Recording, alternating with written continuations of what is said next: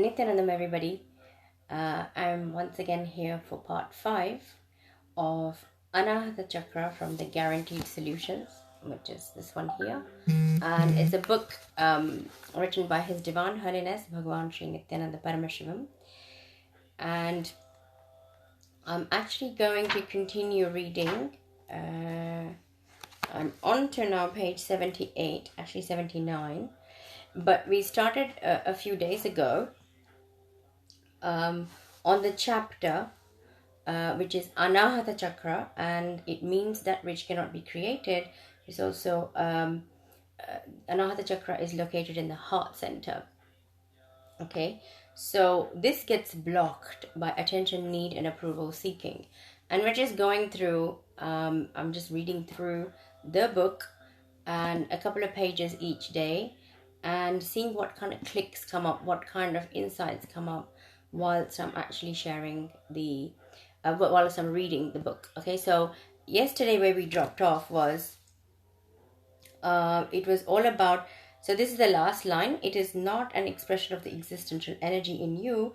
It is a mere outer world transaction. That's all. So love, as we understand love to be today, is likely to be transactional love and more about attention, need, and approval seeking than it is existential, connecting with existential energy, which is already in us. Indajit Nityanandamma. So there's Millie, Ja, Nityaramani, Jags, and Indajit Nityanandam to all of you. So here we are. So I'm going to continue. So this part here is the Bhagavad Gita. It says the Bhagavad Gita beautifully says, Karmanyavadhikarasya ma phaleshu kadachanaha. It means your job is only to do the work, not to be concerned about the result. You need to keep doing things because you have so much of loving energy inside you.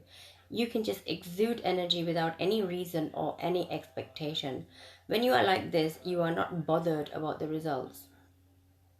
When I say you are not bothered about the results, I don't mean that out of a frustrated or cynical conclusion, you are not bothered.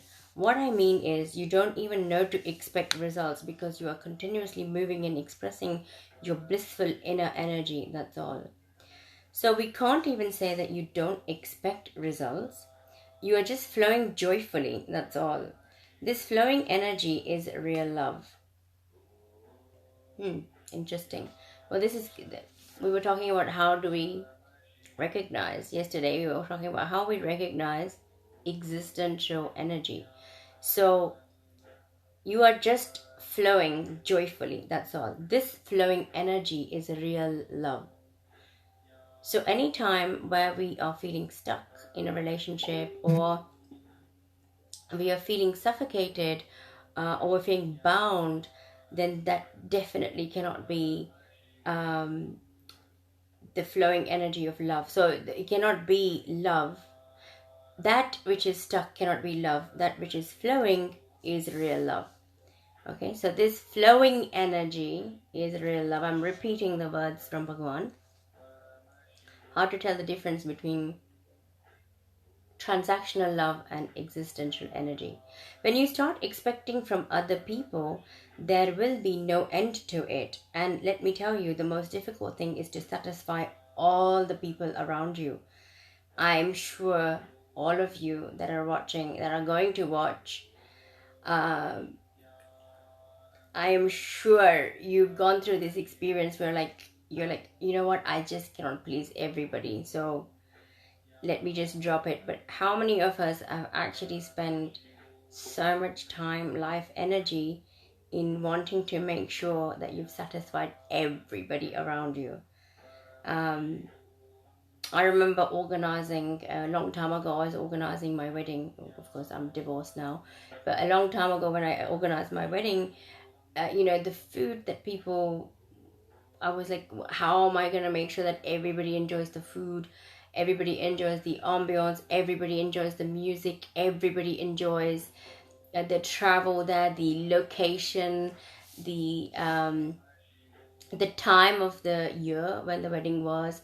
There were so many things, and I just remember going through the whole thing, and realizing that I just cannot please everybody. It's just not possible, because if I went to do one thing for one person, the other person somewhere else was getting annoyed and upset. And I was like, I remember clearly, the most difficult thing, as Bhagwan says here, thing is to satisfy all the people around you. Do you think you can satisfy all the people all the time? Never. It is the most impossible thing to do on planet Earth. A small story. A husband and wife were celebrating their 50 years of marriage. The wife presented the husband with 2 shirts for the occasion.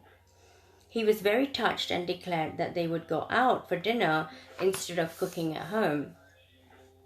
It was a very tender moment for them. He freshened up, and to make his wife happy, wore one of the gift shirts, the ones that she gifted, gift shirts, and appeared from his room. As he came down, she looked up and smiled, but soon her expression changed and she said, "So the other shirt is no good?" And isn't it interesting? She gave 2 shirts, so obviously he can only wear 1 shirt. Yes. So he wears the 1 shirt and he decides, okay, I'm going to wear 1 shirt. That's obviously the one that he liked, or the one he probably thought, this is the one I want to wear. I felt like wearing it. You can't wear 2 shirts.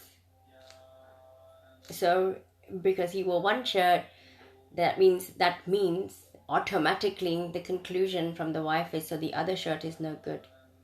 How many times have we done this?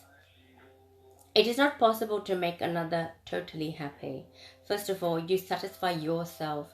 You find fulfillment in yourself. That is enough. And let this fulfillment have nothing to do with people around you. Let it just be a bubbling energy inside you, irrespective of the conditions and people outside. That is enough. It is good to do something for others. It is good to give attention, give respect, but out of a deep, energizing love, not out of fear, not because we are afraid that they will take away their certificates. Never invest so much in others' opinion that they become the center of your life. Don't make others as the source of your energy. Don't depend on others for your psychological survival. When you are dependent on others for your happiness, you are giving them control of your life. But be your own source of energy and inspiration. Come to a clear understanding that real joy is not possible when you place your center on someone else. If you understand this, half the problem is solved. As I told you earlier, because you don't know anything about yourself, you turn to society for an answer, and society happily puts its labels on you. You're a good father, you are good looking, you are a failure, and whatnot. Like how a parcel without a proper address is pushed from place to place, we move around without an anchor point in society collecting all these stamps. We are not anchored inside. We don't know that we are not the labels, but the stuff inside the parcel. Isn't it interesting that we actually start associating ourselves and start working to be a good father, to be good looking, to avoid being a failure? So you don't want people to reject you, to avoid being a failure. And we might get into all sorts of behavior patterns. Maybe lie, maybe cheat, maybe become cunning, whatever it is, in order to keep these certificates going. And we're onto a lose-lose battle. Because we don't know this, we have to depend on society's stamps to show us the way. And by, we completely forget that we are the stuff inside the parcel and not the labels, and totally get disconnected from the existential energy inside us. This Anahata Chakra, when opened, can kindle and radiate the existential energy in you, the source of infinite energy in you, and can make you flow with selfless love, with no expectations, only joy towards everyone and everything, towards existence as a whole. Imagine living life like that. Imagine living life where you're just flowing, there's no expectations, you're not waiting, you're so fulfilled unto yourself that you're just overflowing. Imagine that. That is what is available to us. Only if we could tell the difference, or start to see the difference between transactional love, conditioned love, versus existential energy, a flowing energy, which is actually love, and experiencing life from there, feeling so secure in yourself because you know yourself to be super consciousness, to be Paramashiva, to be that existential energy itself, that you don't need somebody else to be there telling you how good you are or how good looking you are, but you experiencing yourself as beautiful as grace itself. And because you're so joyful that you're experiencing that connection, that you're overflowing, and therefore instead of waiting for somebody to keep adding to you, you then go on and add to other people's lives, or we then go and end up adding to other people's lives. So I'm gonna stop reading there, because the next part of the story, or the next part of the book, is actually the Brahma Sutra, my favorite Bhamati story that I love, and I've already done a video on this. But I mean, I look forward to doing it again. What am I getting, like, really as click again? I really feel I'm so happy that I'm revisiting the chapter and reading it again, reading the content, and then sharing whatever spontaneous insights that come up. There is so many layers, and I'm starting to see how this book is coming alive even more so, and every aspect of it is jumping up at me. Even a simple few words, which is, this flowing energy is real love. You are just flowing joyfully, that's all. So this is part of what I read out.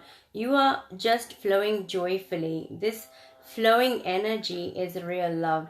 And a simple click like this is bringing so much more clarity to me, because anytime I can gauge, anytime in my day, if I'm feeling stuck, if I'm feeling irritated, if I'm feeling frustrated, whatever it is I'm feeling, which is more like a suffocating stuck space, then I know it is not existential energy, which is actual real love. So even reading this part here, I mean, after having read all these pages, I feel just reading this part here helps me to understand the difference between what is transactional love and what is existential energy, which is real love. Now, I had this question in me yesterday, so I'm really happy that today this has been answered. For you, if something has clicked, if you feel like something's been added to you, then please share. If you feel something that you can add to me, then please share. And if you have questions, also please share. I'm going to put the video onto my YouTube channel, because it's a lot more easier to access them, so you can watch them there as well. So I'll continue until the chapter is done, and then we'll see where we go next in terms of the live videos. But thank you all for watching. So Arvind, hello, and Dennis Suranga, hello, you're back. Nityanandam, welcome back to UK. Charmaine, Nityanandam Ma, and Indrajit Ma, yes, you hear me, great. So Ma Premalata is also there, I can see. Nityanandam Ma. Whoever I've seen, I'm saying hello to. I don't know if there's any more.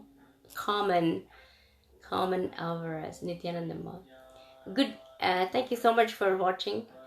Please let me know if there's some things I can do to change. Become more enriching, add more value. If there's something I can do to do that, let me know. I look forward to yes, Suranga, welcome back, and see you guys tomorrow.